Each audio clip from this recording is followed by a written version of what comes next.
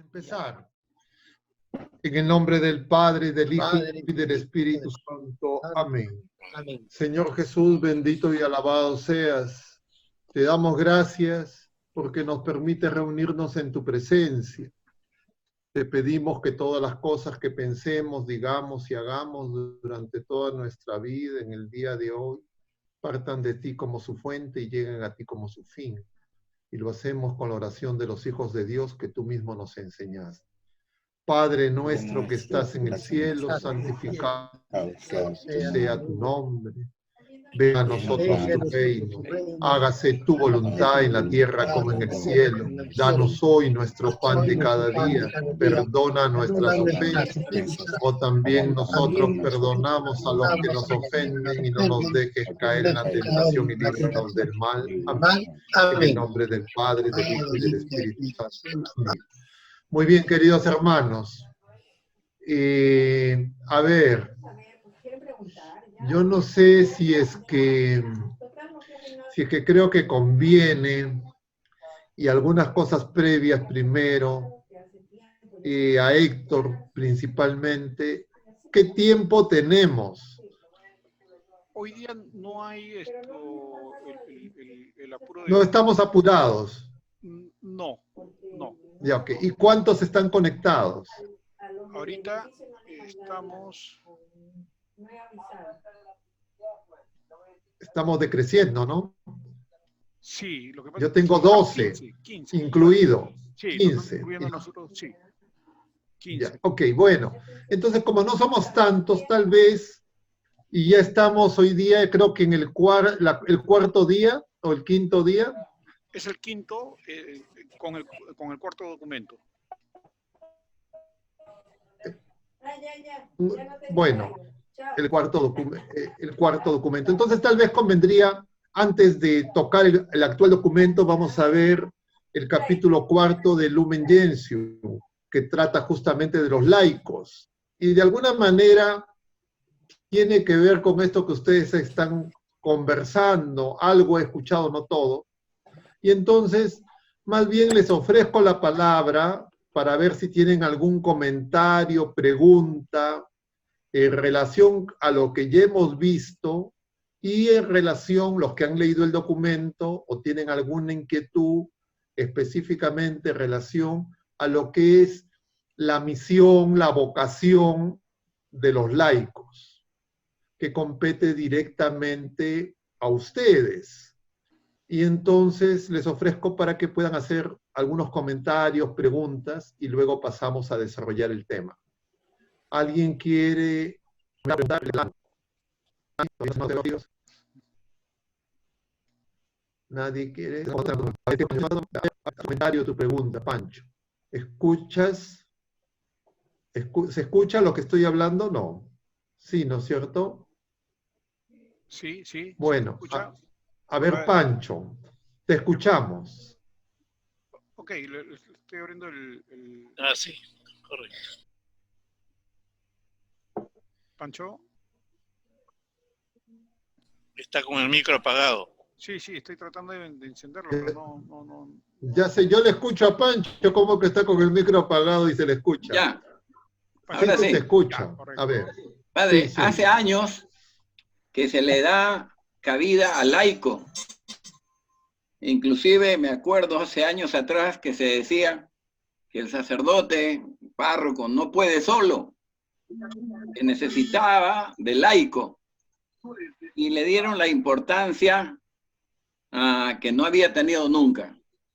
Esto, ¿cuándo comienza a dársele esta forma de importancia al laico? Ok, vamos a comentar sobre eso. ¿Algún otro comentario, pregunta adicional? No. ¿Otro de ustedes quiere hacer algún comentario, alguna pregunta, alguna intervención de lo que ya hemos visto antes o de lo que va a tocar hoy día? Padre, si bien es cierto, a partir de Vaticano II,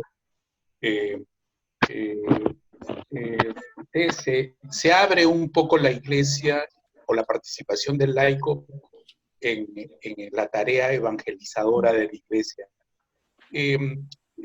Pregunto yo, si bien es cierto, es importante, considerando de que la base fundamental de la iglesia es el laicado, ¿eso puede ser que haya traído alguna complicación, problemática o, yo diría, mala interpretación del mensaje de Dios? ¿Tiene sus riesgos? Esa es un poco la pregunta. Bueno, muy bien. ¿Algún otro comentario, pregunta que quieran hacer ustedes? Yo tengo una, padre. A ver, Julio. Una de las cuestiones fundamentales que estaba leyendo en este documento sobre los laicos es que una de las, misiones que tiene el laico fundamentalmente es de ordenar el mundo hacia Dios, ¿no es cierto? El mundo en que está viviendo, el mundo corriente, ordenarlo a Dios. Supongo que eso es muy amplio, ¿no? O sea, tiene tanto una naturaleza, material, por llamarlo de un modo, ¿no? Al hablar, por ejemplo, de los laicos en las empresas o en alguna otra institución. Pero el verdadero sentido que entiendo es al ordenar el mundo a Dios, es a evangelizar a las personas, ¿no? Porque por medio de las personas es que pueden hacerse mejoras o cambios o cosas que se ordenen el mundo hacia Dios, ¿verdad? Es un poco la duda o la pregunta que tengo yo. Bueno. A ver, vamos a comentar eso. Hay un numeral que habla específicamente de eso en este documento, capítulo 4 de la Lumen Gentium. ¿Algún comentario?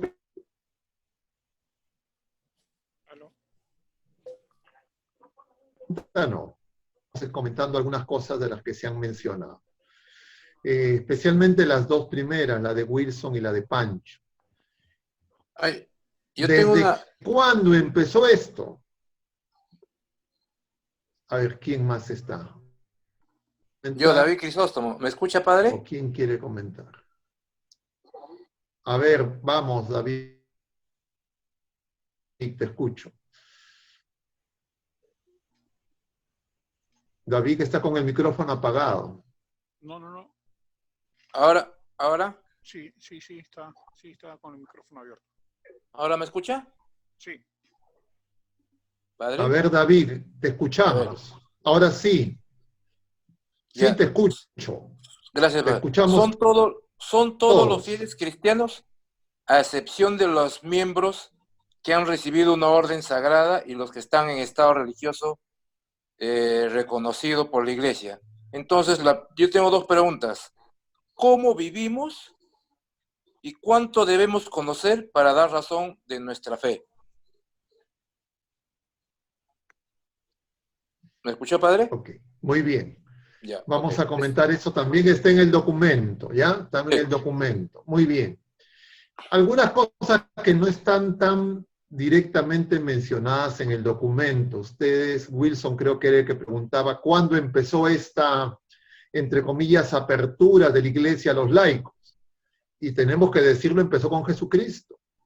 En los judíos ustedes saben que el sacerdocio era únicamente y exclusivamente escogido, seleccionado a la tribu de Leví.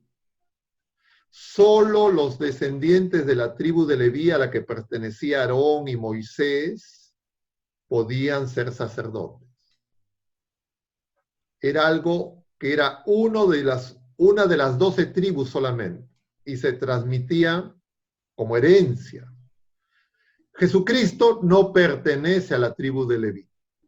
Jesucristo pertenece a la tribu de Judá.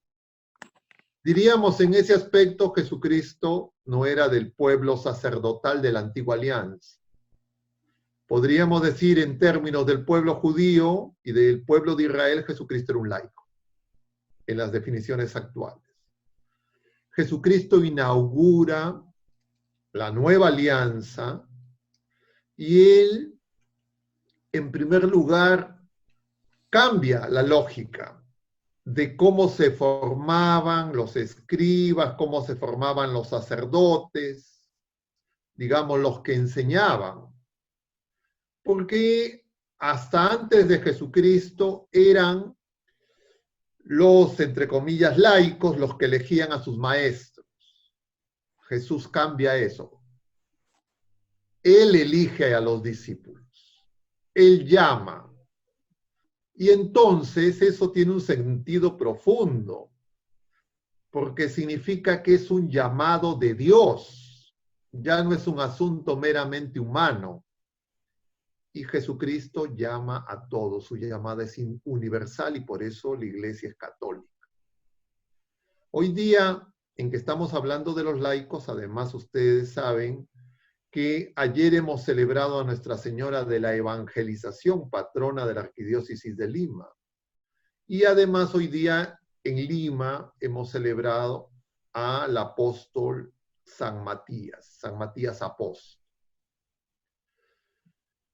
Eso tiene también profundo significado en relación a lo que es el anuncio del Evangelio.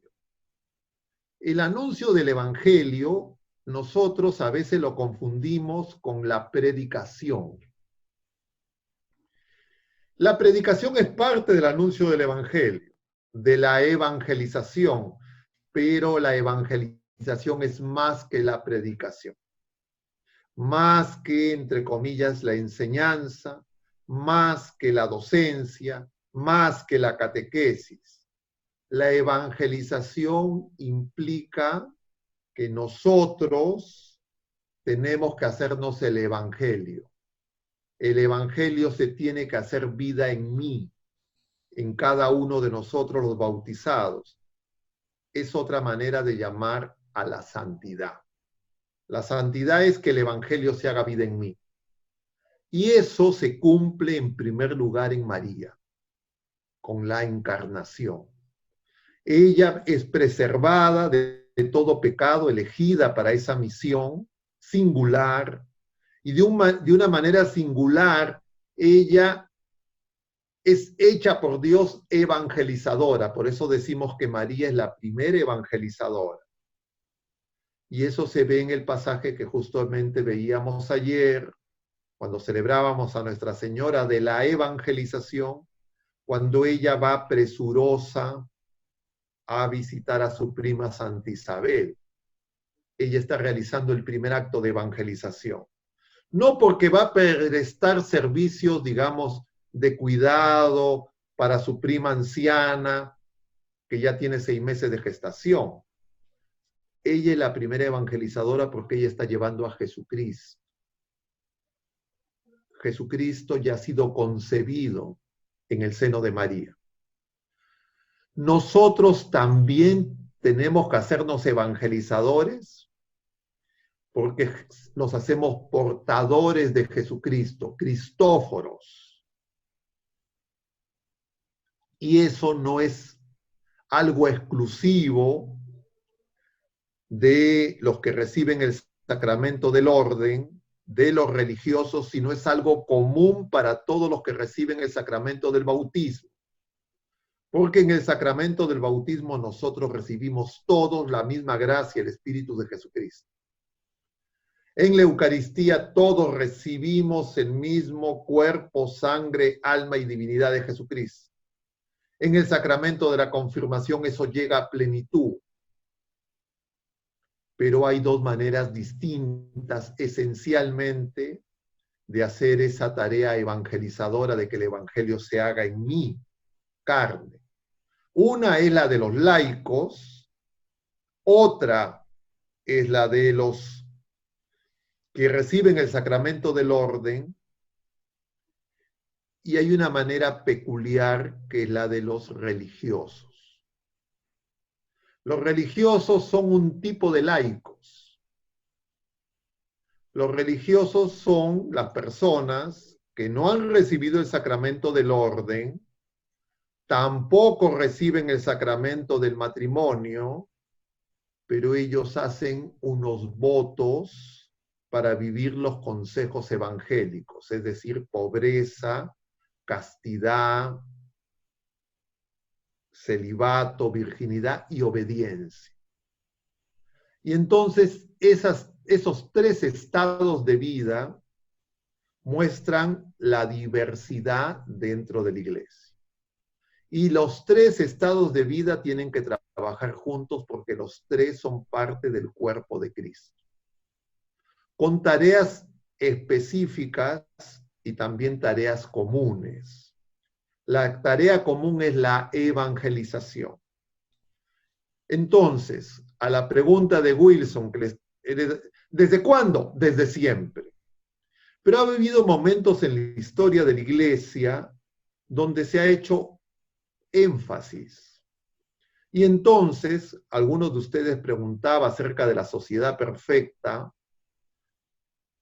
en la época de la cristiandad, cuando en Europa principalmente la mayoría o toda la sociedad era cristiana, las leyes eran hechas bajo espíritu cristiano, los gobernantes se confesaban cristianos, entonces se veía que de alguna manera se necesitaba un signo más fuerte para que los laicos noten que su meta no era simplemente cumplir las leyes que los gobernantes cristianos daban y recibir los sacramentos de Jesucristo que administraba la iglesia a través de sus ministros ordenados. Y entonces el Espíritu Santo suscita en esa época justamente a los religiosos, para que sirvan, entre comillas, de tensión para que los laicos no se estacionen.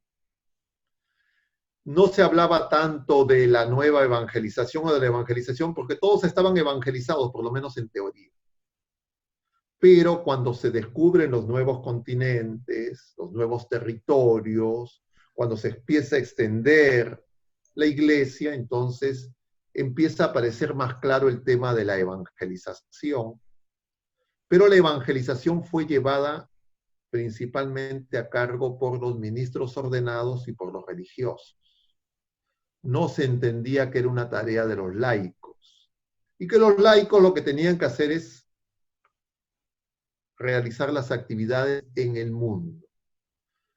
Luego de la Reforma Protestante, de la Revolución Francesa, de la Revolución Bolchevique y todo el proceso de secularización con el modernismo, el racionalismo y todo lo que conocemos del siglo XVIII y XIX, se produjo una secularización creciente. Y entonces el concilio ya de Trento y el concilio Vaticano I empiezan a asignar tareas a los laicos, pero digamos con cierta desconfianza, porque, digámoslo de una manera clara, la reforma luterana desconocía la jerarquía y decía que la iglesia era solo de laicos. Y entonces, de alguna manera, la presencia de los protestantes generó cierta desconfianza. Y entonces se hicieron algunos cambios en ese proceso. Estoy haciendo un resumen, pero así, yo diría, tal vez abusivo de la historia de la iglesia. Se hicieron algunos cambios porque antes de estos procesos, digamos, de secularización, que empiezan incluso realmente antes de Lutero, con el humanismo, digamos, no cristiano, el humanismo renacentista, se empieza a ver que se necesitaba, entre comillas, más evangelizadores. Antes, me estoy refiriendo al siglo XIII, solo predicaban el evangelio los obispos. Y entonces justamente los franciscanos, los dominicos, liderados por San Francisco y Santo Domingo, y justamente la orden de los dominicos es orden de predicadores, se ve que tienen que predicar también otros que no son obispos. Y dentro de estos estaban presbíteros y religiosos. que no habían recibido el sacramento del orden. Luego ya, después, en el Concilio Vaticano I y a lo largo del siglo XX, ya se incorporan los laicos más activamente. Tan es así que antes del Concilio Vaticano II surge el ejemplo del que ustedes conocen, que es el movimiento Crucillos de Cristiandad, que no es el único, que de alguna manera da tareas de evangelización a los laicos. El Concilio Vaticano II de alguna manera lo que hace es pone esto de manera más explícita. Y por eso les decía que esta constitución dogmática, eso es lo nuevo que aparece como un dogma eclesial, la acción de los laicos, se organiza en dícticos. Y uno de los dícticos tenía que ver con la iglesia como sacramento, como misterio, y la iglesia como pueblo. Y el segundo de los dícticos que estamos empezando a ver ahora, no hemos visto el capítulo 3, habla de las dos siguientes partes del segundo díctico, que son la jerarquía y los laicos, ambos en relación, ambos son pueblo fiel. El pueblo fiel son los laicos y la jerarquía. En el siguiente capítulo, en el 5 de la Lumen Gentium, se dice que la llamada a la santidad es de todo el pueblo fiel. Y entonces se pone de manera más explícita cuál es la responsabilidad del laico. Y el laico, en un mundo más complejo, en un mundo más vinculado a distintas áreas del trabajo, en la ciudad, servicio, producción de bienes, el campo, con una interconexión mayor, el laico puede, para utilizar los términos que también usa el convenio, que usa también el movimiento y que usa el concilio, tiene más posibilidades de fermentar a los ambientes. Porque los clérigos pueden tener un trabajo profesional, con algunas, digamos, permisos y dispensas, pero son muy pocos. Y los laicos sí pueden y deben fermentar todos los ambientes donde están en el mundo. No para acomodarse al mundo, sino para que en el mundo se establezca el reino social de Cristo, el reinado de Cristo. Entonces ya el Papa Pío XI, Pío XII, por eso hablaban del reinado social de Jesucristo. El Papa Pío XI establece la fiesta de Jesucristo, Rey del Universo, para indicar que el reinado de Cristo no solamente es en los templos, en el cielo, sino que Jesucristo está llamado a reinar en todo el orden de la creación entera. Y los laicos son los llamados a establecer ese reinado social de Cristo en el mundo. Eso es lo singular del laico. Pero muchas veces, entendiéndose eso ya más claramente desde el concilio, y lo vamos a ver ahora en el documento, sin embargo, eso no termina de ser comprendido y sobre todo de ser puesto en práctica. Y lo que se pide es que justamente es la acción de la iglesia como un solo cuerpo, no un cuerpo descuartizado. Es decir, la iglesia como cuerpo está formado por el pueblo santo de Dios, que es el pueblo fiel, que está formado por jerarquía, laicos, religiosos. Todos tienen que actuar como un solo cuerpo. Es decir, formar movimientos, agrupaciones solamente de laicos no es lo recomendable. Solamente de religiosos o solamente de ordenados no es lo recomendable para llevar adelante la tarea de evangelización y de anuncio del reino. Entonces, el movimiento Crucillo de Cristiandad es un movimiento eclesial. ¿Cuáles son los riesgos? Un riesgo es que los laicos quieran tener su movimiento o sus organizaciones eclesiales solo de laicos. les estorbe y les moleste, les incomode el religioso, el clérigo. Pero también pasa al revés. Los clérigos, los religiosos pueden sentir que los laicos estorban. Entonces, la vocación y el llamado es a trabajo conjunto. Cada quien, según los dones, los carismas, para edificar el reino de Cristo, para evangelizar. Entonces, yo no sé si es que he comentado las inquietudes que ustedes han manifestado. Algunas creo que no las he desarrollado mucho porque las vamos a ver cuando nos atengamos más específicamente al documento. Pero hasta aquí no sé si es que quieren hacer una repregunta, algún recomentario, surge un nuevo comentario. Les ofrezco la palabra nuevamente. Si alguien desea tomar la palabra, ok, Penchito, a ver, un minuto, te voy a abrir el micrófono. Hay tres estoy viendo. Sí. Domingo Pancho, y Hugo. Domingo y Hugo. A ver, vamos, Pancho. Gracias, padre. Ahora, la evangelización, desde que tengo uso de razón, siempre se ha motivado de distintas formas, ¿no? Yo mismo trabajo en un tipo de evangelización, pero hubo un principio en que no todos podíamos agarrar la Biblia. Y evangelizar sin el evangelio era difícil.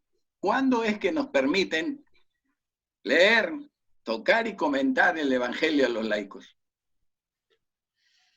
Yo diría eso ya surge a partir del Concilio Vaticano I y a lo largo del siglo XX. Pero oficialmente se reconoce con el Concilio Vaticano II. Como les digo, si nosotros vemos el devenir y la historia de la Iglesia y cómo creció, un hito, bueno, uno de los hitos y otros con los que se empieza una situación, digamos, conflictiva, fueron justamente la Reforma Luterana. Porque la Reforma Luterana llama al libre examen de las Sagradas Escrituras, niega el magisterio y exacerba una posición subjetivista, que es retomada por el mundo, profundizada en la Revolución Francesa, entre comillas, hecha filosofía de manera explícita por Descartes, y que sirve de plataforma para el individualismo y para el desarrollo capitalista, individualista y muchas veces opresor e injusto. Entonces, nosotros en la Iglesia no somos una institución democrática. El poder no sale del fusil, el poder no brota del pueblo. La Iglesia es una institución jerárquica y vertical, y viene de arriba hacia abajo, de Dios. Entonces, Lutero desconocía la jerarquía de los ministros ordenados, y con eso de alguna manera abre la idea de una democratización.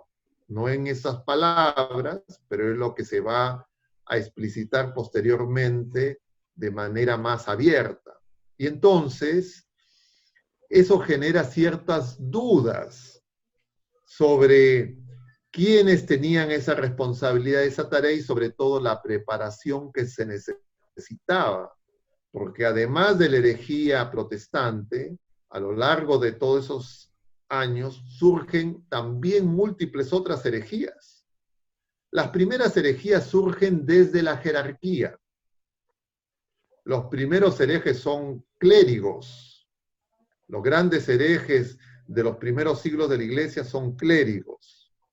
Pero después de Lutero surgen herejías desde lo que sería ahora el pueblo fiel, desde los laicos y de los religiosos. En mucho, porque la influencia protestante lleva una visión subjetivista. Un ejemplo que estoy pensando cuando digo estas cosas es la de los cátaros, que justamente es la que enfrenta Santo Domingo, en Francia. O sea, los cátaros, ellos querían hacer una lectura sineglosa, decían literal, de los evangelios. Y entonces, eso era malo, no era malo. Y entonces empiezan a vivir con unas exigencias de austeridad muy fuertes, que de alguna manera confrontan a la jerarquía y de alguna manera la ignoran y la desconocen, y introducen dentro de la Iglesia Católica esta, digamos, libre examen, libre interpretación. Y entonces la orden de predicadores, las órdenes mendicantes, es decir, que abrazan como religiosos la pobreza, hacen frente a estas herejías, la de los cátaros y de los albigenses. Pero hubieron muchas. Entonces, cuando uno revisa la historia de la iglesia, que es riquísima, se da cuenta que la iglesia ha estado muchas veces jalonada, siempre perseguida. Y entonces, por eso es que, claro, la iglesia va aprendiendo, va corrigiendo, va haciendo oración, y el Espíritu Santo va suscitando distintos carismas, distintos movimientos. No sé si es que eso ayuda un poco a la pregunta, por ahí era tu observación. Entonces vamos a la siguiente. ¿Quién era? Hugo. Hugo primero, a ver. Padre, Dale la voz. Sí. Padre, buenas noches, ¿me escucha? Buenas noches, sí.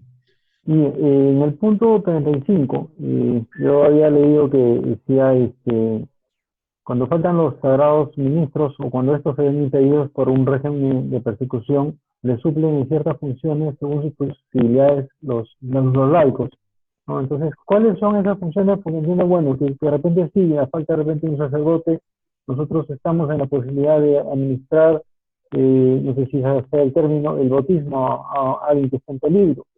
Pero dado este punto, pareciera que hubieran otras funciones que también podríamos hacer los laicos en cuanto falta algún sacerdote. Claro, los laicos tienen muchos ministerios, muchos servicios. El bautismo es, todas las criaturas humanas están autorizadas a bautizar, incluso los ateos. Un ateo puede bautizar siempre y cuando haga lo que la iglesia manda. Así él no crea. Con mucho más razón puede bautizar un laico, siempre y cuando no existe un ministro ordenado. O sea, su función es extraordinaria, supletoria, no es su tarea principal. Los laicos también pueden ser ministros extraordinarios de la comunión, no de la Eucaristía, sino de la comunión. Es decir, llevar la comunión a los enfermos, a los ancianos, o incluso dentro de la iglesia, en la celebración eucarística, en la misa. Si es que hay muchas personas, está el sacerdote solo, puede ayudar un laico. Los laicos también pueden hacer responsos. Los laicos también pueden predicar el evangelio. Los laicos pueden hacer catequesis. Los laicos son ministros en el sacramento del matrimonio. El ministro en el sacramento del matrimonio no es el clérigo. Es un sacramento, tan sacramento como los otros 6, y el ministro es el laico, es el cónyuge, los dos cónyuges. Entonces el laico tiene muchas potestades, pero hay algunas que no puede hacer, que son restrictivas y exclusivas del ministro ordenado. Esas son consagrar, celebrar la Eucaristía, absolver de los pecados en el sacramento de la confesión, el sacramento de la unción de los enfermos, el sacramento de la confirmación, el sacramento del orden. Entonces, el laico puede hacer muchas cosas.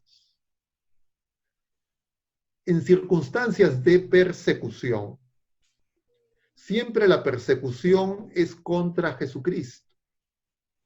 Siempre se persigue a Jesucristo. Y por eso las persecuciones siempre van dirigidas a eliminar los sacramentos, en especial la Eucaristía. Y por eso la mal llamada reforma protestante, porque no fue una reforma, es una persecución a Jesucristo. Porque le ha privado a esas personas que se llaman cristianos el sacramento de la Eucaristía, que es el bien supremo, el culmen de la iglesia. Le ha privado del sacramento de la reconciliación, le ha privado del sacramento del matrimonio, los ha privado del sacramento de la confirmación, les ha privado de bienes espirituales. ¿Cómo? Entre comillas, dándoles más autonomía, es decir, desgarrando el cuerpo de Jesucristo. Y ese es algo muy grave, muy doloroso. Y de alguna manera, cuando se hablaba del pueblo de Dios en el capítulo 2 que vimos el día miércoles, se mencionaba eso. ¿Se entiende?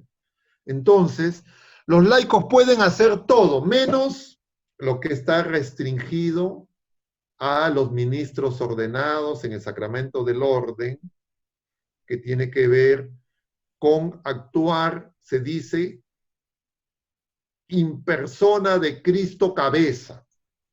Los laicos actúan en persona de Cristo cuerpo. De Cristo cabeza son patrimonio exclusivo esos sacramentos que mencioné anteriormente. ¿Se entiende el tema? Ahora, de todas esas cosas que se puede hacer, no es que hay que ver al laico, ni hay que ver al clérigo, ni a los religiosos como obreros simplemente. Realizar esos ministerios es comprender que eso es para nuestra santificación en primer lugar. Son vocaciones.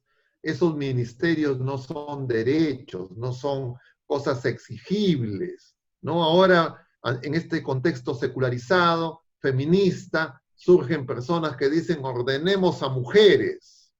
Es un derecho, porque no entienden la iglesia como una institución sobrenatural, la ven con un criterio meramente humano, entonces quieren aplicar derechos y deberes como en el mundo.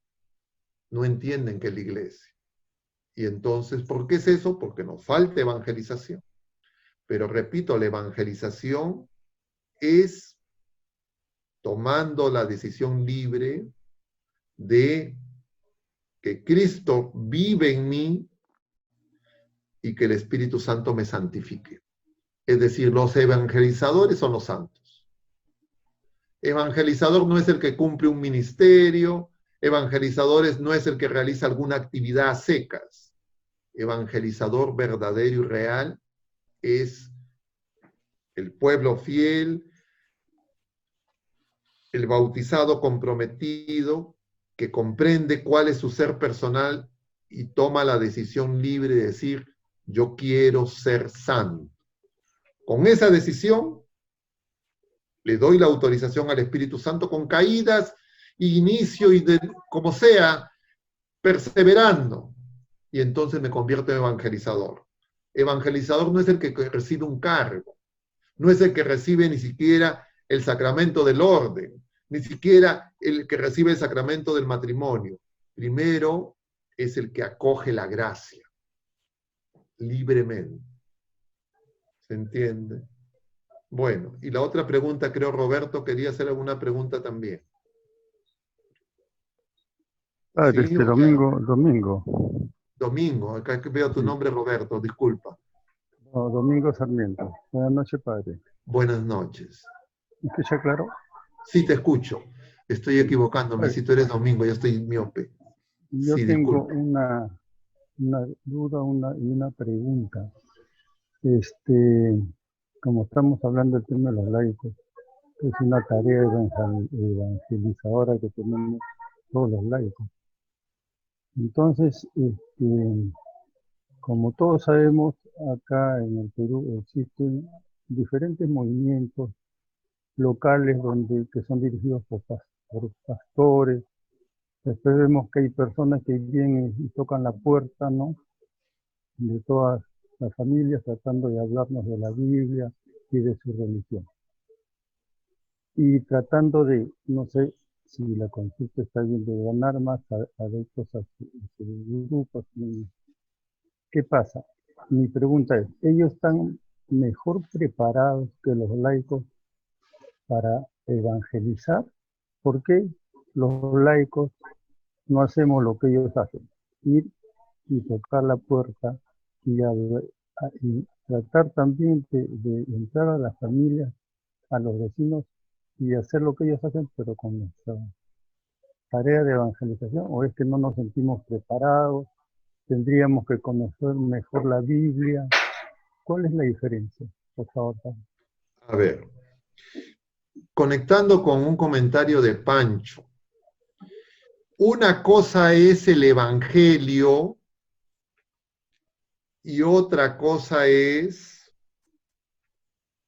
los textos de los evangelios.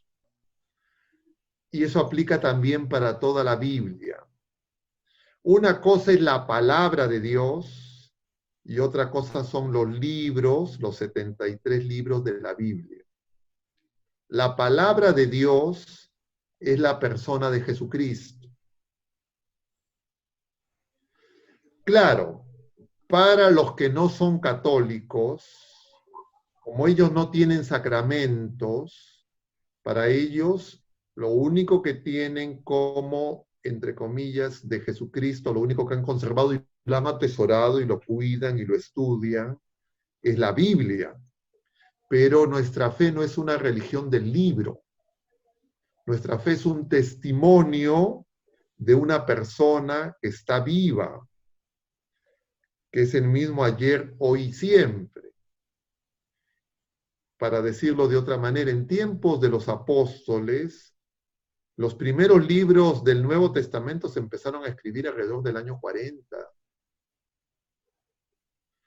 Y los últimos del Nuevo Testamento son alrededor del año 100. Entonces, la evangelización no se hizo en base a un libro, ni a un documento escrito.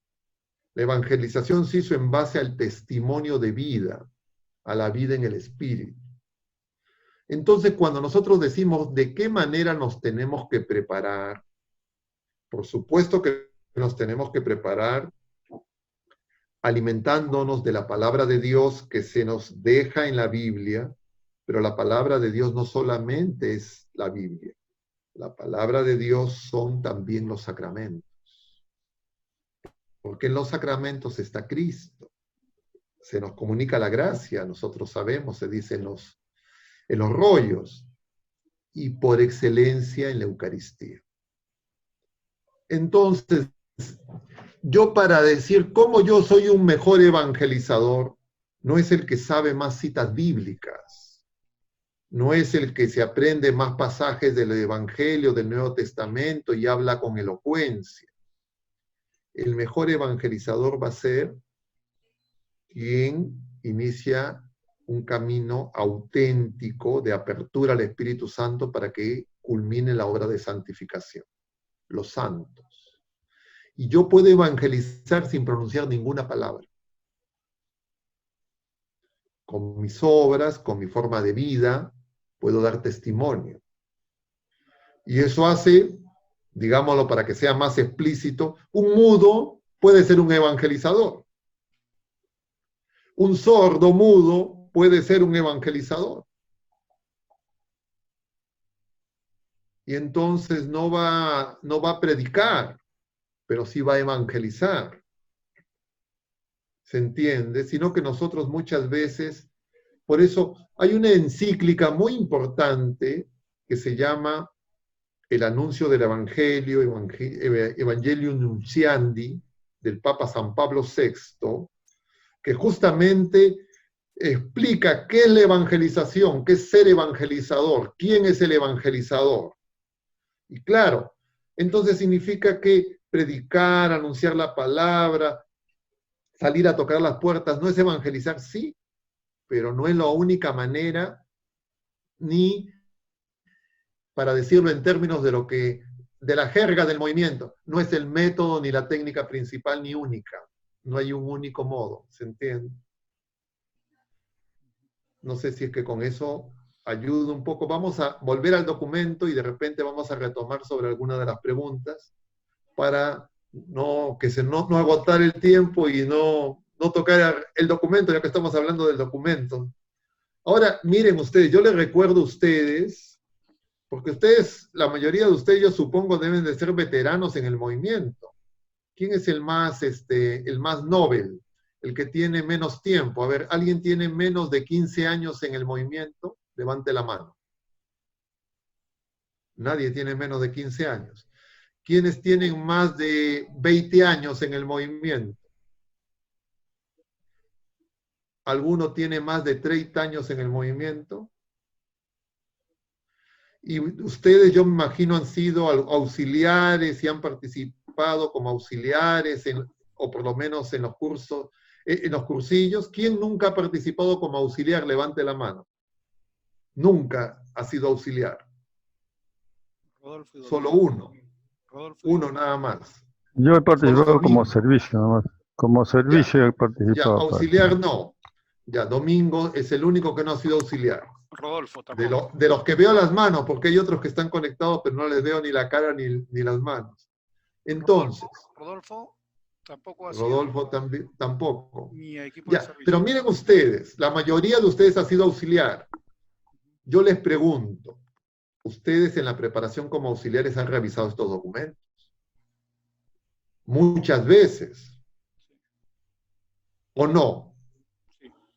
Y entonces lo que les quiero preguntar, ustedes cuando han revisado estos documentos en su preparación como auxiliares, ¿descubrieron la riqueza y la importancia de estos documentos? ¿O simplemente fue algo que era una carpeta que la hacía más pesada, pero que no se digería, no se consideraba importante y ustedes se remitían a estudiar el rollo que les tocaba? Lo segundo más que lo primero, ¿no es cierto? Por eso es que estamos haciendo esta reunión. Así es. Lo que nos falta a nosotros, en realidad, es amar más a Jesucristo. Porque si nosotros amamos a Jesucristo, vamos a amar a la iglesia. Y vamos a amar lo que la iglesia, con dolor, con sufrimiento, con contradicción, a lo largo de estos 2000 años, ha ido produciendo, ha ido aprendiendo. Y entonces yo como miembro de la iglesia voy a querer voy a tener sed, hambre de eso. Si no tengo esa avidez, es porque todavía no estoy evangelizado. Así haya sido auxiliar, así haya sido coordinador, así sea clérigo. ¿Se dan cuenta? Es decir, el Espíritu Santo me hace evangelizador a lo largo de toda mi vida, porque ser evangelizador es sinónimo de ser santo. No son dos cosas diferentes. Bueno, vamos a ir al tema, ¿de acuerdo? Estamos en el tema, pero vamos a ir al documento más precisamente. A ver, Héctor. Si me permite una consulta, no sé si es que antes se la he formulado, pero parte de las dificultades que nosotros teníamos en la lectura de estos documentos era que la forma como está redactada resultaba un poco difícil de entender. Y eso, digamos, ampliando más en sí a los documentos de la Iglesia. Ahora, por ejemplo, se habla que el Papa Francisco tiene documentos más fáciles de leer, ¿no? Ese más fácil de leer no podría comenzar a ser una práctica para que las lecturas, que son muy ricas en contenido, pero difíciles de entender, baje un poco más al llano, al nivel de laico. Esa es una pregunta muy profunda, ¿ya? Y compleja la que estás haciendo. Y es una discusión que se ha hecho en iglesia y no ha terminado. Incluso fue lo que sirvió de argumento para convocar al concilio. El Papa San Juan XXIII decía que había que encontrar un nuevo ardor, nuevas formas. Eso ha traído problemas y riesgos, porque muchas veces, buscando una forma más accesible, se cambia el fondo. Y nosotros no estamos hablando de literatura simple. Ustedes saben que los elementos de la composición literaria son fondo y forma, ¿no es cierto? Entonces nosotros a veces decimos, estos son problemas de forma, necesitamos presentarlo de otra manera, más accesible para que la gente entienda, porque la gente del mundo entiende una cosa y nosotros queremos decir otra cosa. Eso es correcto. Pero eso justamente ha abierto una ventana, no sé si una puerta, al relativismo, al subjetivismo y a interpretaciones confusas. Porque para nosotros ni la escritura, ni la Biblia, ni los documentos de la iglesia son composiciones literarias. Y cuando se habla de fondo y forma en la composición literaria, no es igual cuando estamos hablando del Evangelio y del anuncio del Evangelio. Porque justamente los documentos magisteriales, cuando se asumen como magisterio ordenado, son la manera en que se expresa el Evangelio de una manera más accesible. Y los documentos justamente del concilio son una manera de hacer más accesible lo que es el misterio de la Iglesia, por ejemplo, en esta Constitución Dogmática Lumen Gentium. Entonces, cuando luego de eso yo digo, pero esto todavía no lo entiendo, yo tengo que hacerme la pregunta, ¿por qué no lo entiendo? ¿Porque es un problema de lenguaje? ¿Porque las palabras son sofisticadas, difíciles? ¿O porque de repente no estoy haciendo oración con esos documentos? Porque, seamos sinceros, yo les digo lo que yo percibo de estos pocos días que estamos revisando estos documentos. Yo he usado los documentos tal cual. Esta es tal vez la primera sesión donde todavía ya estamos casi más de 40 minutos, creo, y todavía no entramos de lleno al documento. Pero cuando uno lee el documento, no como si fuera un documento literario, sino lo lee en oración, uno empieza a comprender. Porque díganme ustedes en serio, yo no siento que les he hablado del documento usando otras palabras. La mayoría de las cosas ha sido lectura casi literal. A lo más he sombreado algunas palabras. Entonces yo no estoy tan convencido de que el problema sea que el documento no se entiende porque es de difícil lectura. Yo creo que el problema está en que, en primer lugar, no estamos convencidos que el documento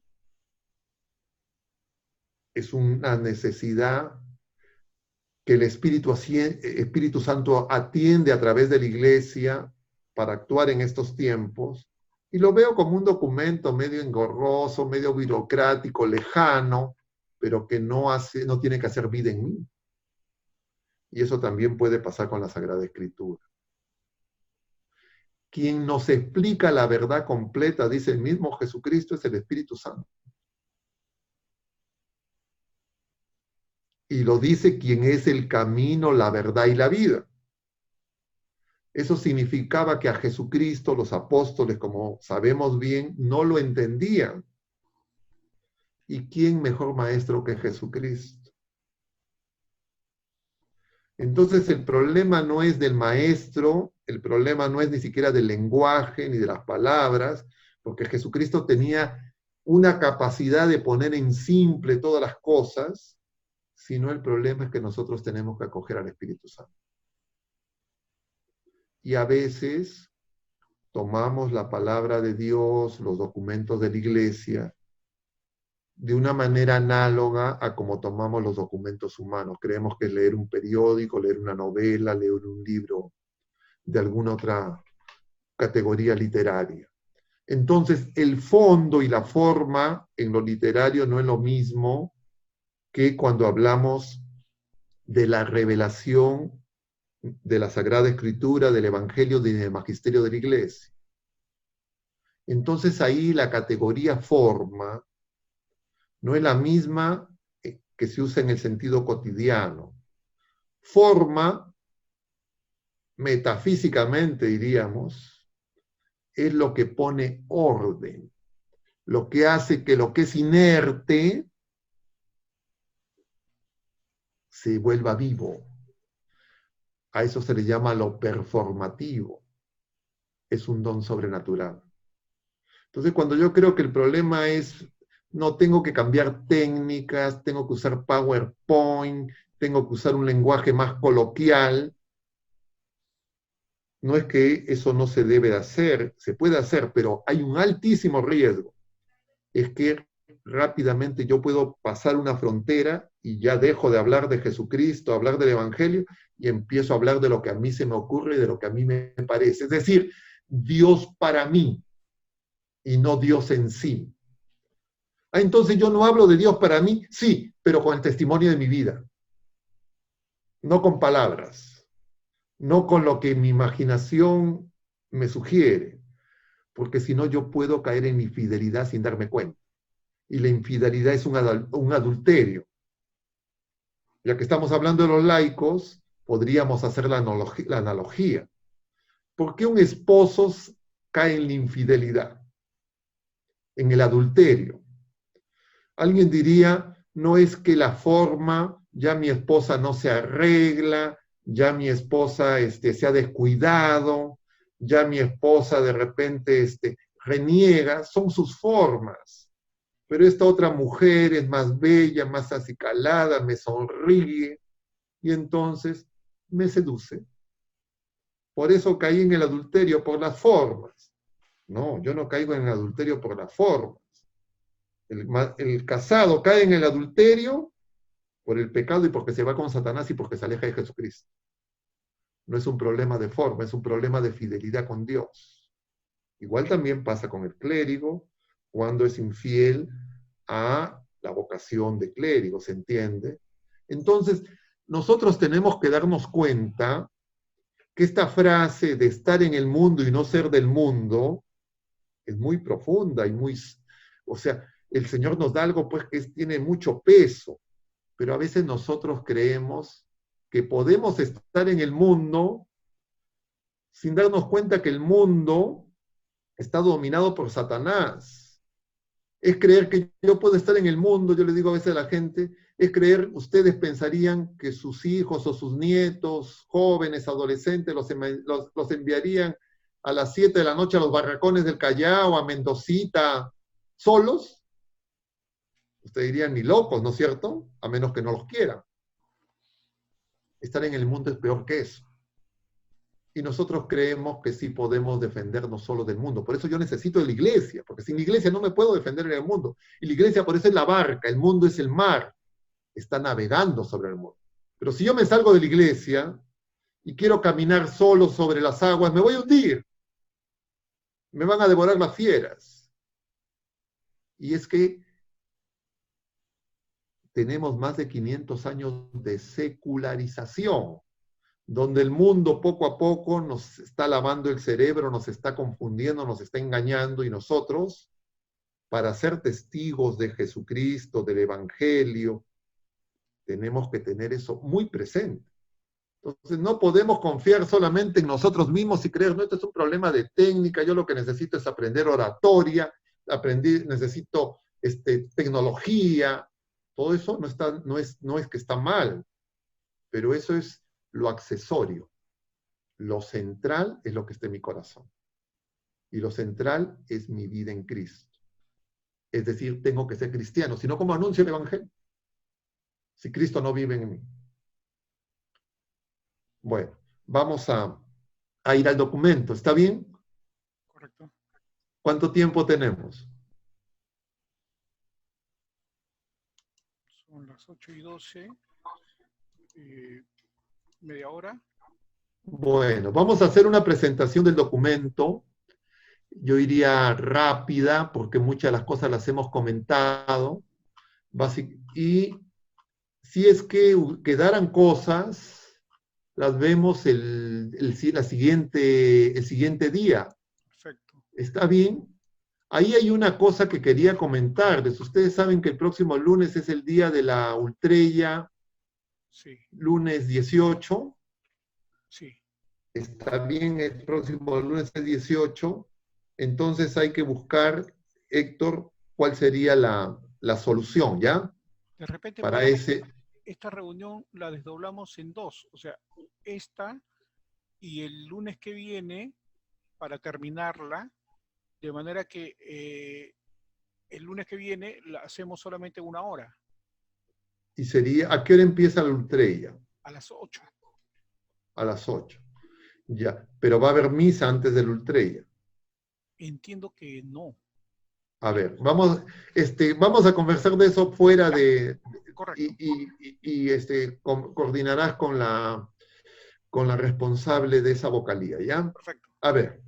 A ver, va entonces, repasando brevemente, 16 documentos del concilio, 4 constituciones, estamos en la Constitución Lumen Gentium, y vamos a ver el capítulo 4, nos estamos salteando el capítulo 3, ya hemos visto estos 2 primeros capítulos, este es el segundo díctico que comprende el capítulo 3 y el capítulo 4, 8, 9 numerales, los laicos. Entonces, el concilio dice que todo lo que se ha dicho del pueblo de Dios se dirige por igual a laicos, religiosos y clérigos, es decir, el pueblo de Dios está formado por todos. No es que los laicos es el pueblo de Dios y los clérigos no son el pueblo de Dios. No es que los fieles son los laicos y no los clérigos. Todos tenemos que ser fieles. Sin embargo, los laicos, hombres y mujeres, por su condición y misión les atañen particularmente ciertas cosas cuyos fundamentos han de ser considerados con mayor cuidado a causa de las especiales circunstancias de nuestro tiempo, dice el concilio. Entonces, en esta cita de Efesios, abrazados a la verdad, en todo crezcamos en caridad. Eso es otra manera de decir, crezcamos en santidad, llegándonos a aquel que es nuestra cabeza, Cristo, de quien todo el cuerpo trabado y unido por todos los ligamentos que lo unen y nutren, para la operación propia de cada miembro, crece y se perfecciona en la caridad. Es decir, todo el cuerpo de Cristo, todo el pueblo de Dios tiene que crecer armónicamente, no deformemente.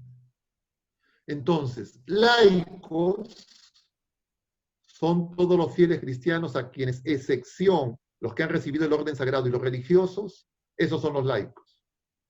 Ejercen en la iglesia y en el mundo la misión de todo el pueblo cristiano, en la parte que a ellos les corresponde. ¿Qué es lo propio del laico? Lo propio del laico es el carácter secular. Es decir, el laico está en el mundo, pero no es del mundo. Y entonces al laico le corresponde por propia vocación tratar de obtener el reino de Dios gestionando los asuntos temporales y ordenándolos según Dios. Es decir, fermentar, transformar el mundo, los ambientes, como se dice en el movimiento.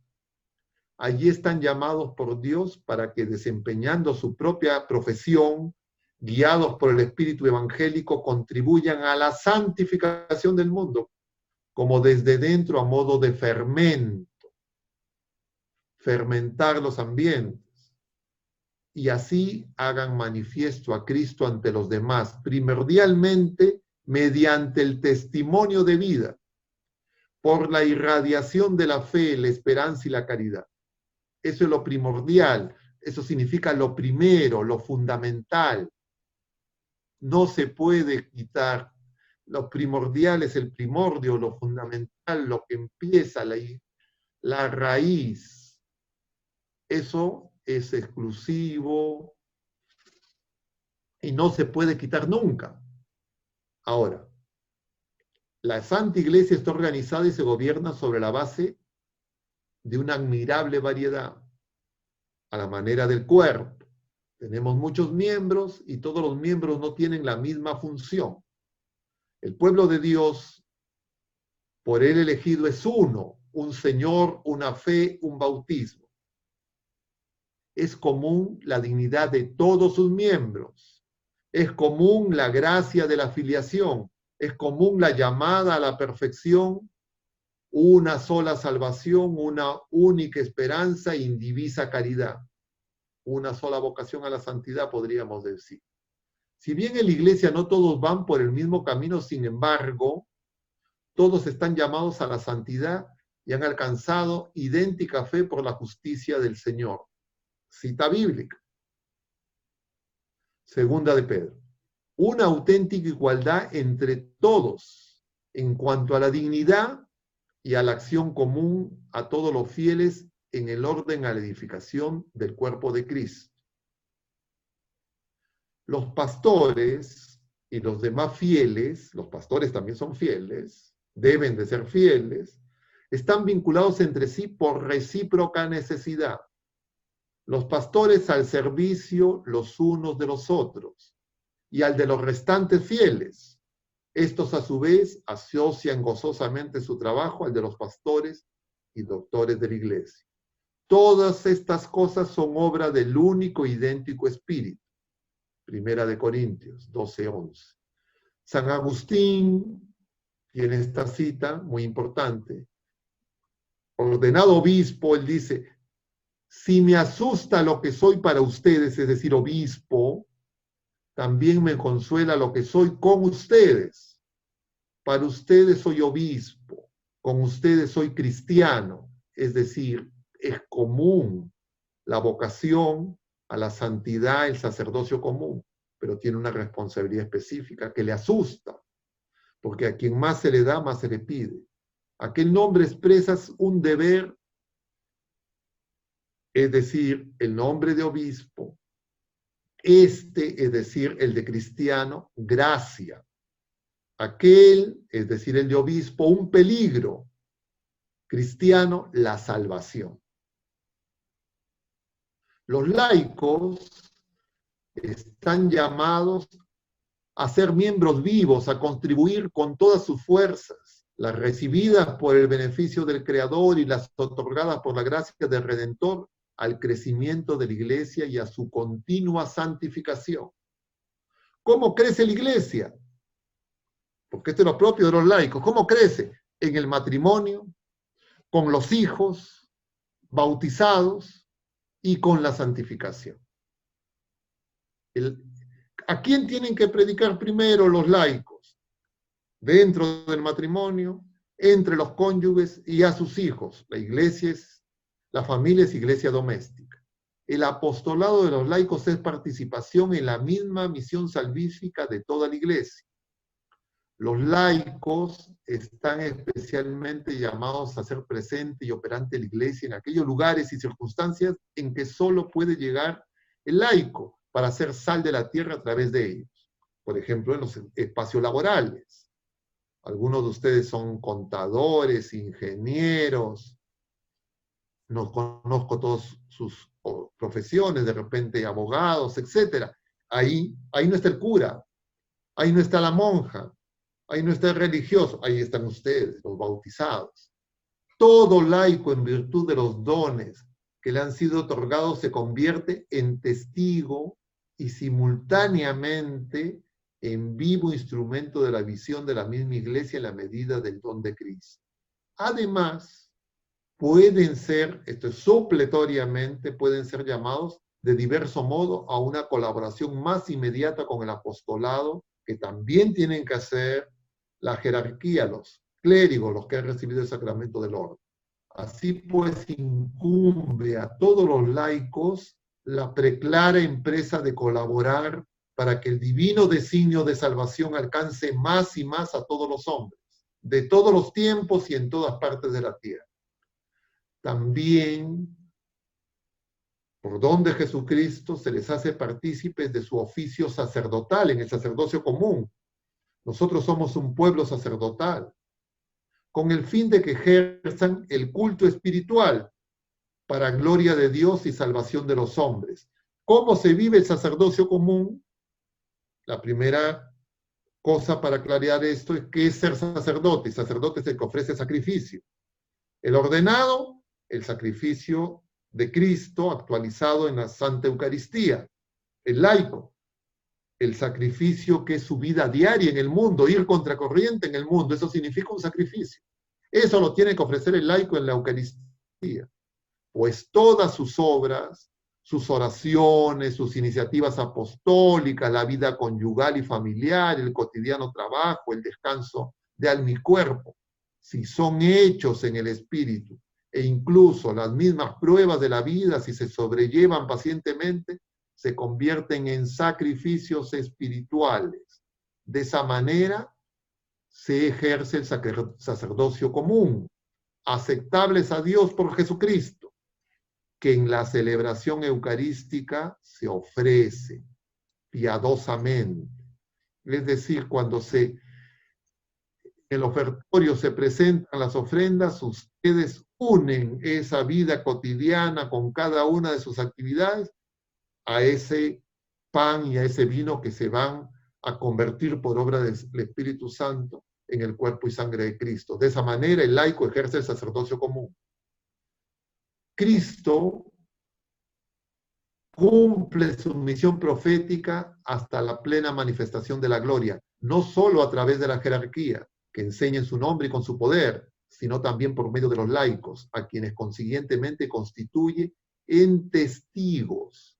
Es decir, los laicos dan testimonio. Entonces, cuando quieren buscar palabras, etcétera, no tienen que cambiar las palabras ni de la escritura ni del magisterio, sino lo que tienen que ser es su testimonio. Ustedes, por ejemplo, van a tener la ultrella y tienen las reuniones de grupo, etcétera, y lo que dicen, ¿no? Lo importante, incluso cuando andan los rollos, es el testimonio. Pero a veces uno puede equivocarse y creer que está preparando un tema, que está haciendo una explicación académica, como la que puede hacer una persona que no vive en Cristo. Y se les dota del sentido de la fe y de la gracia de la palabra, es decir, de la gracia de Jesucristo. Se manifiestan como hijos de la promesa en medida en que, fuertes en la fe y en la esperanza, aprovechan el tiempo presente y esperan con paciencia la gloria futura. Efesios y Romanos. Tal evangelización, es decir, el anuncio de Cristo pregonado por el testimonio de vida y por la palabra, primero el testimonio de vida, adquiere una característica específica y una eficacia singular por el hecho de que se lleva a cabo en las condiciones comunes, cotidianas de la vida en el mundo. En esta tarea resalta el gran valor de aquel estado de vida santificado por el sacramento del matrimonio. Es decir, el laico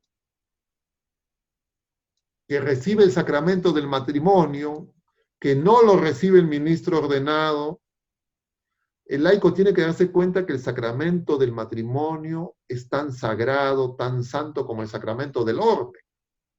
Y tiene que saber que el sacramento del matrimonio y la vida familiar, que es iglesia doméstica, es espacio de santificación, de preparar ofrendas al Señor y de realizar ese sacrificio propio del sacerdocio común.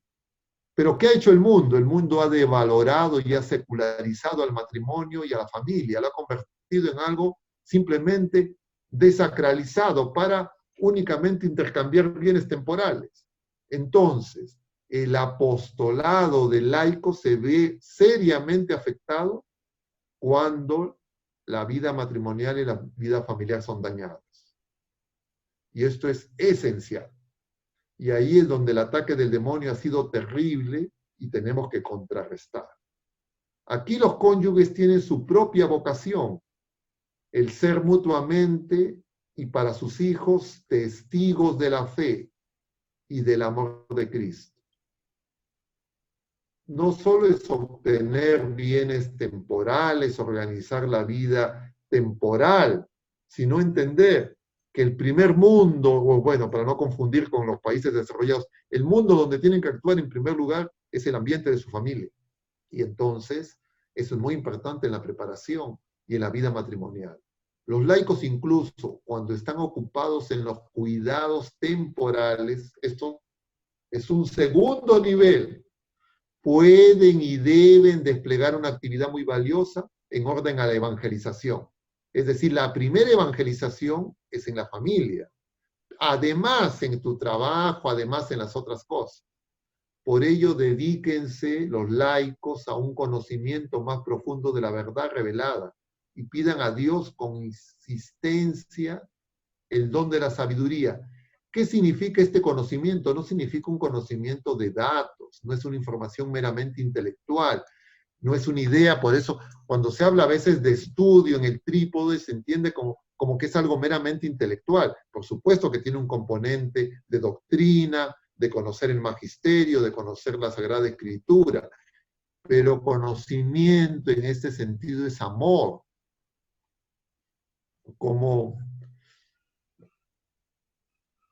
amor como conocimiento, que es como se utiliza en la Sagrada Escritura.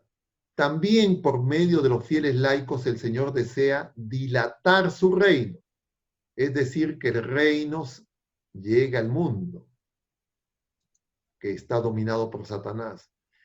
El reino de la verdad y de la vida, el reino de la santidad y de la gracia, el reino de justicia y del amor y el reino de la paz. La misma creación será liberada de la servidumbre, de la corrupción, para participar en la libertad gloriosa de los hijos de Dios. Ayer en la charla, los que estábamos, nos insistíamos en que todos los problemas que existen en el mundo, en el presente, en la historia, es consecuencia del pecado, y el pecado es que Jesucristo no reina. Todas las cosas son vuestras, dice San Pablo en 1 Corintios. Toda la creación, pero ustedes son de Cristo y Cristo es de Dios. Nosotros queremos que todas las cosas sean nuestras, pero no queremos ser de Cristo y no reconocemos que Cristo es Dios y hombre verdadero. Incluso en las ocupaciones seculares, deben ayudarse mutuamente a una vida más santa. En el mundo, en el trabajo, en las ocupaciones seculares, reina Satanás. Entonces, se necesita por eso que uno no vaya pues suelto. Entonces, los esposos, los movimientos, la iglesia, antes de que salgan sus hijos a estudiar, antes de que salgan a trabajar, ustedes tienen que saber que van a enfrentarse con fieras. Y entonces tienen que hacer oración y saber que se tienen que ayudar, porque nosotros no podemos ir solos a enfrentarnos con el mundo con la guardia baja. De tal manera que el mundo se imprende del Espíritu de Cristo y no nosotros nos imprendemos del Espíritu del mundo, que es el Espíritu de Satanás, y alcance su fin con mayor eficacia en la justicia, en la caridad y en la paz. Esfuércense en conciliar esa dimensión que tiene que ver como enviados por Cristo en el mundo, y en cualquier asunto temporal deben guiarse por la conciencia cristiana, dado que ninguna actividad humana, ni siquiera en el dominio temporal, puede sustraerse del imperio de Dios. Se debe rechazar la funesta doctrina que pretende construir la sociedad prescindiendo en absoluto de la religión, eso es lo que le llaman el Estado laico, y que ataca y elimina la libertad religiosa y la libertad de los ciudadanos. Esto es fundamental para el laico. Los laicos, al igual que todos los fieles cristianos, tienen el derecho de recibir los auxilios de los bienes espirituales de la Iglesia, de la palabra de Dios y de los sacramentos. Es decir, los clérigos están al servicio de los laicos y ese es el deber de los clérigos. A veces el deber de exponer, un deber de los laicos, su parecer acerca de los asuntos concernientes al bien de la Iglesia.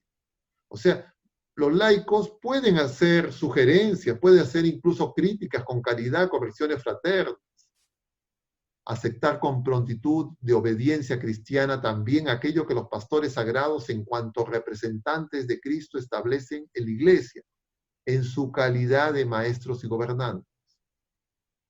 ni dejen de encomendar a Dios en la oración a sus prelados, a la jerarquía, que vigilan cuidadosamente como quienes deben rendir cuenta por nuestras almas, a fin de que hagan esto con gozo y no con gemidos.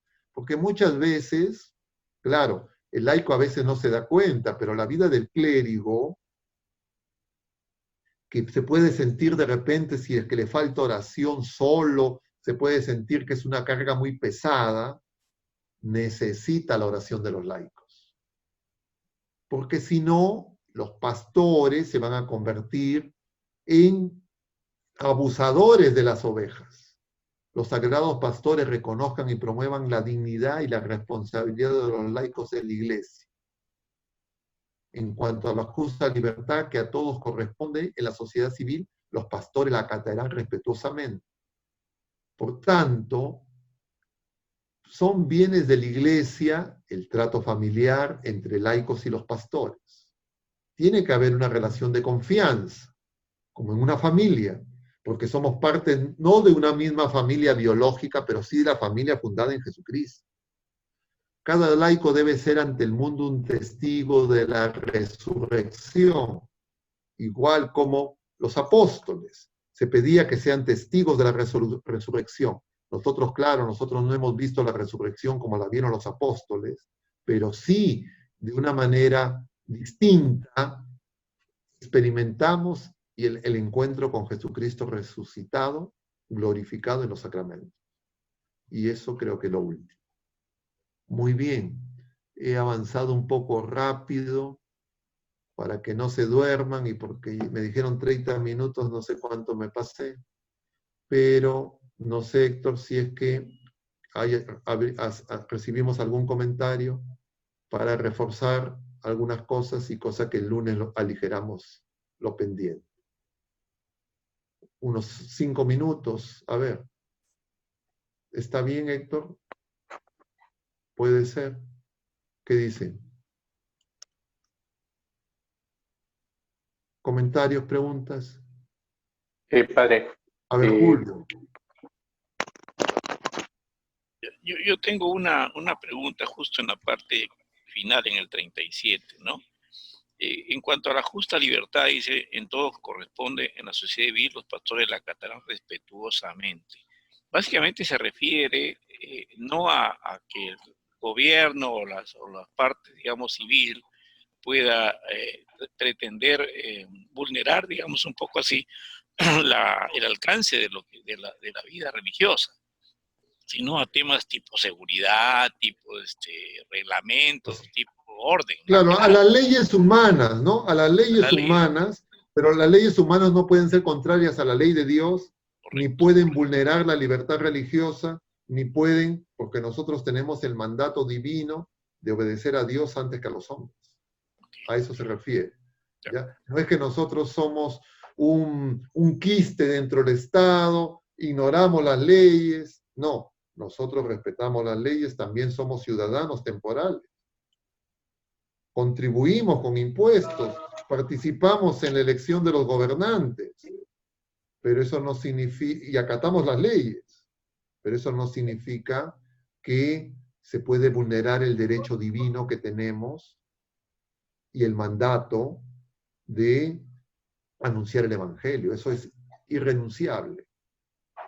Y ahí podemos caer y podemos creer que las leyes humanas están antes que la ley de Dios. Y el mandato es obedecer a Dios antes que los hombres. Eso es palabra de Dios. ¿Qué otra cosa más? ¿Puedo preguntar, padre? Sí, claro que sí. Sí, padre.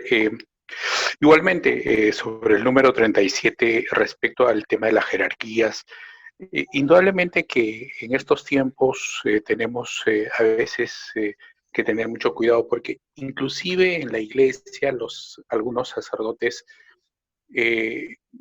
adoptan algún tipo de, yo diría, pensamientos, y que para nosotros de pronto a veces es difícil entender y seguir. Entonces ahí viene el tema de obediencia al pastor, ¿no? O sea, en qué momento de repente está tocándose este tema porque usted sabe que ahora en nuestra iglesia hay ciertas corrientes que hay que tener mucho cuidado. Entonces, aquí choca un poco para el laico que está de alguna manera aprendiendo seguir a un pastor fiel. Eso es un poco mi pregunta. Es un tema delicado, por eso es que comentábamos el tema de la subjetividad y esto de que hay que utilizar las palabras, las formas, y ahí fácilmente uno puede caer en infidelidad a Dios, a Jesucristo. Nosotros nos debemos a Jesucristo. Nosotros no seguimos a papas, obispos, a curas. Nosotros seguimos a Jesucristo. San Pablo lo dice elocuentemente en la carta a los Corintios, ni de Pablo, ni de Cefas, ni de Apolo. Nosotros somos de Jesucristo. Y nosotros sabemos que los clérigos, la jerarquía, no somos infalibles. El Concilio Vaticano I precisó el tema de la infalibilidad. Y infalibles, y eso lo veíamos cuando conversamos lo del pueblo de Dios y hablábamos de lo del sensus fidei, es cuando en primer lugar unánimemente el pueblo confiesa una fe. Unánimemente, ahí no hay error. Es infalible el pueblo de Dios, cuando es unánime. Pero no, los clérigos no somos infalibles. Los teólogos no son infalibles. Entonces hay que diferenciar lo que es los teólogos, que son, digamos, opinólogos, y otra cosa es el depósito de la fe. El depósito de la fe no es propiedad de la jerarquía, ni siquiera es propiedad de los obispos, ni siquiera es propiedad del Papa. El magisterio está al servicio del depósito de la fe. Y el depósito de la fe implica la Sagrada Escritura leída en la tradición de la Iglesia. Eso significa que ningún obispo y ningún papa puede cambiar lo que la Iglesia en 2000 años cree. No puede haber cambios revolucionarios en la Iglesia. Y si es que algún obispo, algún papa, o algún cura, o algún teólogo hiciera ese salto revolucionario, cambiar, querer interpretar de una manera distinta, a eso no tenemos por qué obedecer. ¿Se entiende? Entonces, se obedece al magisterio cuando el magisterio es fiel, pero el magisterio también podría hipotéticamente defeccionar. Es más, nosotros estamos advertidos que al final de los tiempos eso va a ocurrir. Y entonces por eso se necesita que los laicos estén mejor formados, para que no sea una obediencia, digamos, acrítica. Y por eso se insinúa y se menciona explícitamente que tienen el derecho a ser formados, pero también tienen el deber de llamar la atención a la misma jerarquía, si la jerarquía no está siendo fiel. ¿Se entiende? Entonces, claro, en estos momentos hay mucho debate, mucha confusión en muchos temas. Y hay que tener cuidado. Yo ayer comentaba uno en relación a que podría ser visto como exegético o podría ser visto como justamente este ayornamiento, y es esta discusión de si es que Dios prueba, Dios castiga o Dios no castiga. Los puntos más críticos son la relación entre libertad y la gracia. El magisterio lo que nos enseña en estos 2000 años, y los evangelios y toda la escritura dan testimonio de esto, ese es nuestro fundamento, es que la gracia no vulnera la libertad. Dios nos ha creado libres, incluso para que lo podamos rechazar a Él mismo. Pero cuando nosotros rechazamos a Dios, nos dañamos a nosotros mismos. Ese es el pecado, el mal uso de la libertad. Entonces, cuando algunos dicen que Dios no prueba, Dios no castiga, a veces se presenta como que están defendiendo a Dios contra los ataques ateos, porque uno dice que si es que Dios prueba, castiga, significa que Dios envía males. y no tiene nada que ver, porque de Dios solamente brota bien, de Dios nunca puede haber algo malo. Pero Dios a veces, para que alcancemos un bien mayor, que es la salvación y la vida eterna, consciente que nosotros experimentemos males temporales, que no son producidos por Él, sino son consecuencias del mal uso de la libertad de las criaturas humanas, para que nosotros nos demos cuenta de la gravedad del pecado.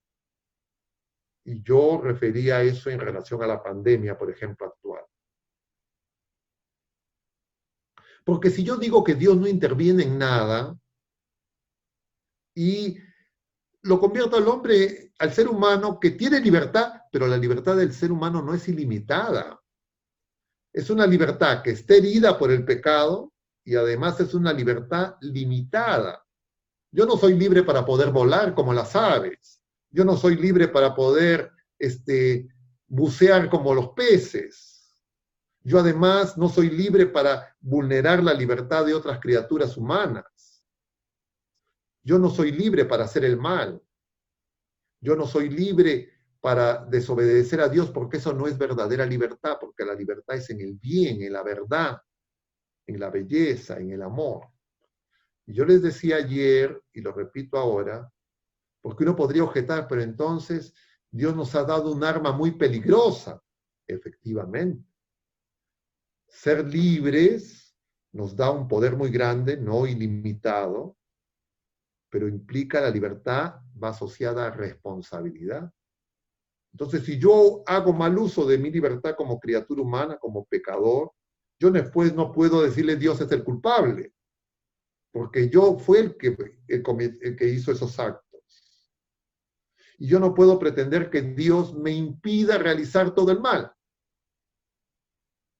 Dios no me impide realizar todo el mal, porque si Dios vulnerara de esa manera la libertad, yo no sería capaz de ser redimido y de vivir en el amor, porque yo no puedo amar si no soy libre. Y Dios quiere que lo amemos libremente. Para poder amar necesito ser libre. Entonces Dios, Jesucristo, toma el alto riesgo de darle a criaturas muy frágiles, ignorantes, débiles, la libertad para poderlos hacer capaces de amar como Él ama.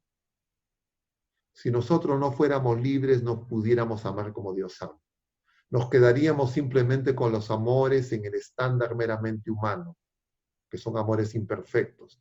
Y esos estándares meramente humanos no nos pueden dar la felicidad que nosotros ansiamos. Entonces, este debate, esta discusión teológica de obediencia, ¿qué es obediencia? No es obediencia así restricta, te dicen cualquier cosa y lo tienes que hacer, no es así. Es obediencia en tanto el magisterio sea fiel a Jesucristo, porque la iglesia no es de la jerarquía, la iglesia no es de las criaturas humanas, la iglesia es de Jesucristo. Y a veces nosotros queremos que sea al revés. ¿Se entiende? No sé si es que aclaro un poco el tema. Es complejo, yo sé. Y claro, si nos referimos a situaciones específicas, tendríamos que hacer todo el debate, pero no quiero referirme a situaciones específicas. Porque si es que tenemos un pueblo no formado, no evangelizado, mucha gente puede creer que da lo mismo ser budista que ser católico, que ser Hare Krishna, que ser protestante, que ser musulmán, y que yo me voy a salvar en cualquiera de esas otras confesiones. Y entonces, ¿cómo después yo voy a anunciar el Evangelio? ¿Se dan cuenta? Entonces es un punto muy complicado. Ahora, ¿qué nos toca? Tenemos que hacer oración. Yo diría, hay que hacer mucha oración. Es un tema que justamente es parte de los signos de los tiempos que estamos viviendo. Lo que necesitamos es una mayor formación. Bueno, ¿qué más? ¿Qué más, Héctor? ¿Algún otro comentario, pregunta? Yo sé que este es un tema Pancho. duro, ¿ya? A ver. Primero un comentario pequeño. Uno de los problemas pequeñitos que se presenta es cuando un párroco dice, por ejemplo, esta procesión este año no sale, porque ustedes no se están reuniendo, como debería ser. Y tiene 80 laicos que reniegan del párroco, de la iglesia y de todo lo que pase atrás. Y entonces la jerarquía es confundida y ahí nos encontramos con gente que va a una catequesis y ya va negativo. Es un tema delicado, ¿ya? Sí. Y justamente este documento hace referencia a eso. Lo que corresponde del clérigo, y el tema es de la religiosidad popular, las devociones, las hermandades, sabemos que muchas de ellas pues tienen una serie de prácticas que no corresponden con nuestra fe. Y lo que se necesita es justamente formarlos, evangelizarlos. Porque tal vez esas personas, a través de esa devoción, tienen un delgado canal de comunión con la gracia. Y a veces prohibirlas, como si fueran cultos paganos, como si fuera extirpación de idolatrías, de una manera así acrítica puede ser, yo diría, contraproducente. Entonces se necesita cercanía. No es fácil, porque justamente estas personas se caracterizan porque una o dos veces al año, algunas con más periodicidad, realizan esa celebración y después se apartan de la celebración litúrgica, de los sacramentos, entonces no reciben la gracia por los canales ordinarios y entonces con dificultad crecen en la fe y a veces tienen pues una fe contaminada de pensamiento mágico religioso. Entonces necesitan formación. Yo no soy experto en eso, pero de lo que yo he visto con mi experiencia de laico, porque tengan en cuenta ustedes que la mayor parte de mi vida yo soy de laico. Clérigo, estoy en mi atardecer de la vida, mis últimos años son de clérigo. Ahora me daba cuenta que de clérigo tengo yo solamente desde el 2011. O sea, yo de clérigo estoy 10 años, cumpliendo 10 años. Entonces yo tengo más de 50 años de laico. Entonces he visto cómo esto desde laico y lo veo ahora desde clérigo. Y yo creo que ahí la recomendación que se hace y que aparece también en el sínodo de Limense de este año es que justamente eso no se trate como enfrentamiento, porque justamente la misericordia implica eso, ¿no es cierto? Entonces le prohíbo, lo que yo podría prohibirles es, ¿sabe qué? Su festival con bebidas espirituosas, ¿ya? Eso sí se lo puedo prohibir, pero no le prohíbo que saquen su imagen, ¿de acuerdo? Entonces poco a poco hay que irlo formando. Nosotros tenemos en Latinoamérica y en el Perú mucha riqueza en la religiosidad popular, y esa religiosidad popular que a veces se desprecia, hace que esas personas mantengan una fidelidad muy fuerte. Un ejemplo es la devoción al Señor de los Milagros. La devoción al Señor de los Milagros surge hace más de 300 años, pero en realidad crece y se multiplica cuando se produce una debacle muy profunda en la iglesia en el Perú, en la jerarquía, consecuencia de la independencia, que yo no sé si ustedes conocen la historia. A raíz de la independencia de la República, que todos celebramos como algo muy bueno, etcétera, etcétera, la mayoría de los clérigos fueron expulsados, porque la mayoría eran españoles o eran personas que defendían la monarquía. Quedaron muy pocos clérigos. Un solo obispo quedó, que fue Goyeneche, que era español. Y él tuvo que enfrentar toda esa situación. Y entonces, en esas circunstancias, cuando se celebraban muy pocas misas, muy pocos sacramentos, casi no había clérigos, el pueblo estaba, digamos, sin pastor, la devoción al Señor de los Milagros creció. Y se hizo, prácticamente desbordó todo Lima y se empezó a extender por el resto del país. Y también otras devociones marianas, al impulso de los laicos y de muy pocos clérigos.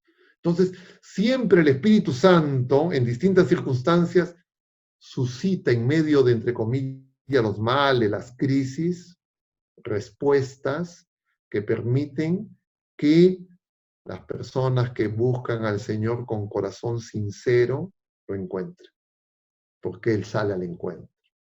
Entonces la religiosidad popular es un tesoro. No lo podemos ver como un problema. Claro, desde el punto de vista del clérigo puede estorbar, puede molestar, porque se pelean, discuten, quién dirige, quién no dirige, a veces el manejo de los fondos, a veces las actividades, entre comillas, sociales, a veces a qué hora ingresa el anda, que la hora ya está durmiendo el cura, es un domingo. Entonces eso crea conflictos, pero son conflictos, entre comillas, de comodidades, de conveniencias humanas muchas veces, y entonces hay que verlo con una visión sobrenatural. Y entonces creo que ya hace varias décadas, por lo menos en Lima, y también los documentos de la Iglesia han reconocido ese tesoro. Algo análogo a lo que les refiero al Señor de los Milagros pasó en México con la Virgen de Guadalupe. La guerra cristera y la persecución terrible que hubo a la Iglesia sostuvo la fe de muchos mexicanos con la devoción a María, que tiene también una serie de cosas que tienen que ser purificadas, porque ustedes saben, en México hay gente que dice, yo soy guadalupano pero no soy católico. Yo soy guadalupano y soy ateo. Claro, falta evangelización. Pero definitivamente son dones de Dios. ¿Quién puede negar ese don que hemos recibido nosotros en la devoción al Señor de los Milagros? Indiscutiblemente. Y yo diría, sostiene nuestra fe, es don de Dios. Y probablemente en momentos difíciles que volvamos a pasar, si es que, como está profetizado y anunciado, vamos a tener que vivir pruebas duras en la iglesia, tal vez esas devociones sostengan a muchas personas. Muchas personas no han abrazado el protestantismo, justamente por eso arraigo con las devociones populares. Bueno, ¿qué más?